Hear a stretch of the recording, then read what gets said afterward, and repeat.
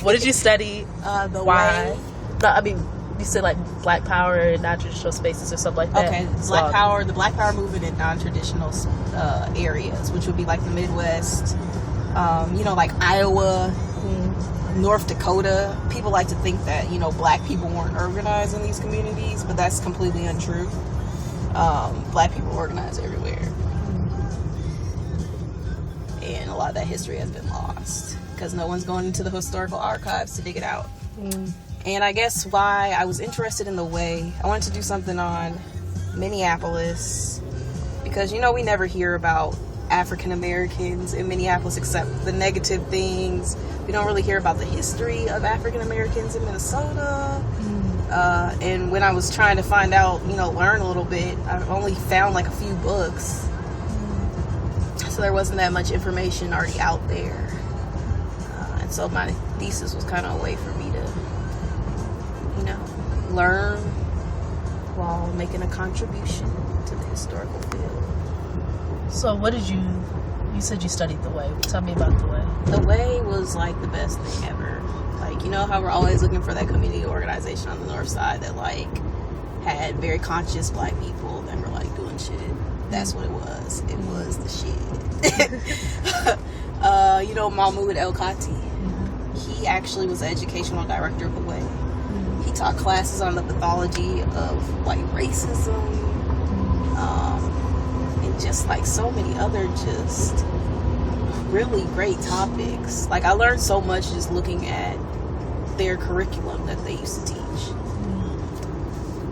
Where'd you find that at? Historical archives, Minnesota Historical Society. Why are they going so slow? Hurry up. Minnesota Historical Society, Gale Library. They have about 5 boxes. What the hell is going on? Sorry.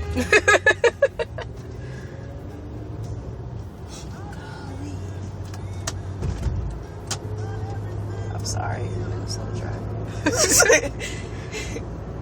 So yeah, the Historical Society has about 5 boxes, and it just has like the Way program documents. And also the Downtown Library has a special collections, and they also have documents that like program, miscellaneous program documents, also different like program evaluations, a lot of different reports they wrote about a lot of things. Like I know a lot of people try to say that certain spaces in the Midwest weren't connected to the larger Black freedom movement. But I felt like a lot of those pieces that I read really showed that not only were they connected to that movement, but they were starting movements here as well. And so it's just always interesting why, certain stories kind of get lost in history. And now, The Way is where the police precinct is, which is absurd, but, Do you know how that got happened? Or? Yeah, so The Way refused to take federal dollars because they didn't want to have to adhere to, the different regulations of the federal government. And so they only accepted private dollars from, like, donors, things like that. And the executive director of The Way, he was arrested, I think this was, like, in 1970, on charges of him, like, having marijuana on him, right?